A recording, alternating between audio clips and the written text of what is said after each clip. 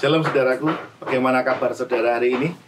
Menjalani kehidupan saat ini, mari bersama kita menghayati firman Tuhan yang saat ini diambilkan dari Injil Lukas 20 ayat 27 sampai dengan 38. Namun saat ini hanya akan saya bacakan ayatnya yang ke-38 saja, yang demikian firman Tuhan. Ia bukan Allah orang mati, melainkan Allah orang hidup.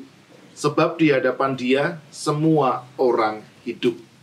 Demikian pembacaan firman Tuhan. Yang berbahagia kita yang mendengarkan firman Tuhan dan melakukan dalam kehidupan sehari-hari. Haleluya. Saudara-saudara yang terkasih, tema kita saat ini adalah kemenangan sejati.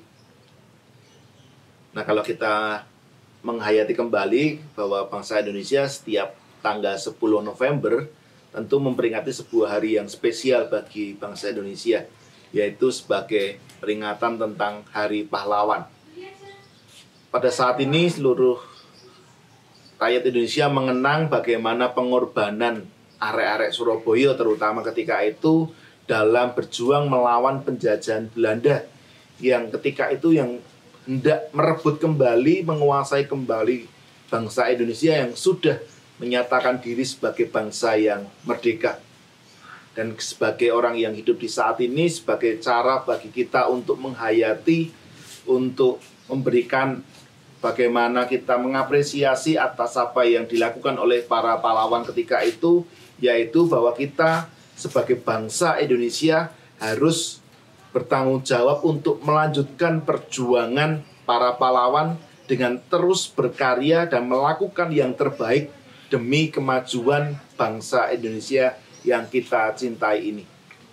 Saudara-saudara yang terkasih, nah bacaan kita saat ini menceritakan tentang orang-orang Saduki yang bertanya kepada Tuhan Yesus tentang kebangkitan orang mati. Orang-orang Saduki adalah orang-orang golongan pemimpin agama Yahudi yang sebagian besar terdiri dari imam-imam. Mereka mendasarkan pengajarannya pada kelima kitab Musa atau Taurat dan menolak segala adat istiadat yang ditambahkan kemudian. Mereka tidak percaya akan kebangkitan dan adanya malaikat.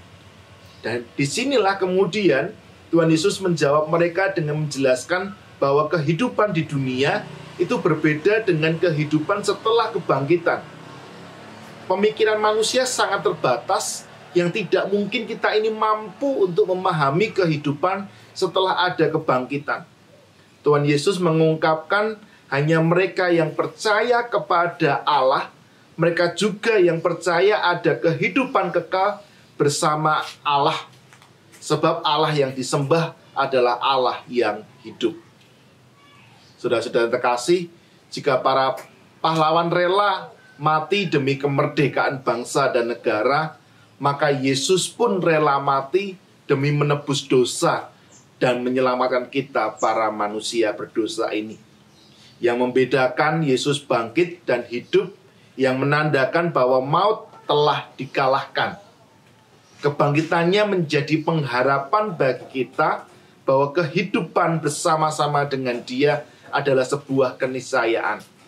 Ada kepastian bagi orang yang percaya bahwa mereka yang percaya akan diselamatkan dari maut dan memperoleh hidup yang kekal dalam persekutuan yang indah, yang penuh dengan kasih bersama dengan Tuhan Yesus. Kini yang perlu dilakukan oleh kita semuanya adalah kita terus berjuang untuk mempertahankan iman kita, menghadapi segala tantangan kehidupan kita dengan tetap setia kepada Tuhan Yesus Kristus. Jangan pernah menyerah, jangan pernah berputus asa, sebab kemenangan yang sejati itu akan kita raih ketika kita bersama hidup dengan Tuhan kita, Yesus Kristus. Amin. Sebelum kita berdoa, kita juga akan mendengarkan sebuah kesaksian pujian yang semakin menguatkan iman keyakinan kita kepada Tuhan. Selamat menyaksikan.